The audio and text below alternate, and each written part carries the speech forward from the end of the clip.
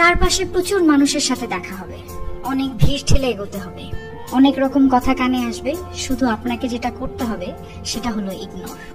জীবনে কিছু মানুষ আবর্জনা ছড়াতে আসবে, তাদেরকে আগাছার মতো উপড়ে ফেলে দিতে হবে। লাইফ আপনার, বাউন্ডারিও আপনাকে সেট করতে হবে। নেগেটিভিটি যেখানে দেখবেন সাথে সাথে সেখান থেকে দূরে সরিয়ে নেবেন নিজেকে। শুনতে খারাপ লাগলেও আপনার কাছের অনেক মানুষ আপনাকে খারাপ দেখতে চায়। তারা চায় সহানুভূতি নামক মলমের তলে একটু কাটা ঘায়ে নুন ছেটাতে। আপনি সিম্পলি সেই সুযোগটাই দেবেন না। অযথা তর্কে যাবেন না, বোঝাতে যাবার কোনো প্রয়োজন নেই। আপনার সামনে কেউ যদি বলে আপনি মূর্খ, তাই মেনে হেসে বেরিয়ে আসুন। ওই যে সময় আর এনার্জি বাঁচিয়ে নিলেন, ব্যাস কেল্লা ফতে। যে যা বলছে শুনে নিন আর মুচকি হেসে শির দ্বারা সোজা করে নিজের সিদ্ধান্তটা নিজেই নিন। যারা নিজের সিদ্ধান্ত নিজে নিতে পারে তারা আসলে জীবন চেনে বোঝে।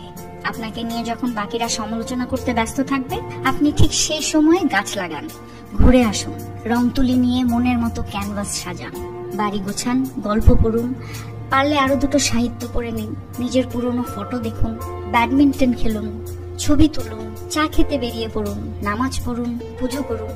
মোট কথা, তাদের কথাই রিয়াক্ট করবেন না একদমই। যা বলছে বলুক, আপনার কানে এলেও ফেলে দিন।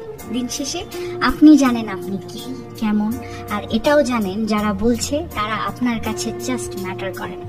ঠিক এটাই। একটা বাউন্ডারি সেট করুন, একদম যাদের বা যার বুকে মিশে আপনি একদম শ্বাস নেবেন, যার সামনে আপনি আয়নার মতো দাঁড়াতে স্বাচ্ছন্দ্য বোধ করেন, শুধু তাদের কাছেই এক্সপ্লেইন করুন, শুধু তাদের কাছেই ঝুঁকতে শিখুন। কারণ হয়তো তারা বা সে আপনাকে খারাপ দেখতে চাইবে না। বাদ বাকি দুনিয়াকে একদম ঝেড়ে ফেলে দিন। একটা কথা মাথায় রাখবেন, জীবন অনেক সুন্দর। আপনি যে জীবনটা বাঁচতে পারছেন সেটা অনেক সুন্দর। আপনাকে শুধু মাঝে মাঝে বেড়ে ওঠা আগাছাগুলোকে মিটিয়ে ফেলতে হবে, অথবা কোনে একটা কাটাঝড় দেখতে পেলে সাইড কাটিয়ে চলে আসতে হবে। সবকিছুর উত্তর দিতে নেই, সবকিছুতে রিঅ্যাক্ট করতে নেই, সবাইকে বোঝানোরও কোনো প্রয়োজন নেই। এগুলো বাদ না দিতে পারলে লসটা আপনারই।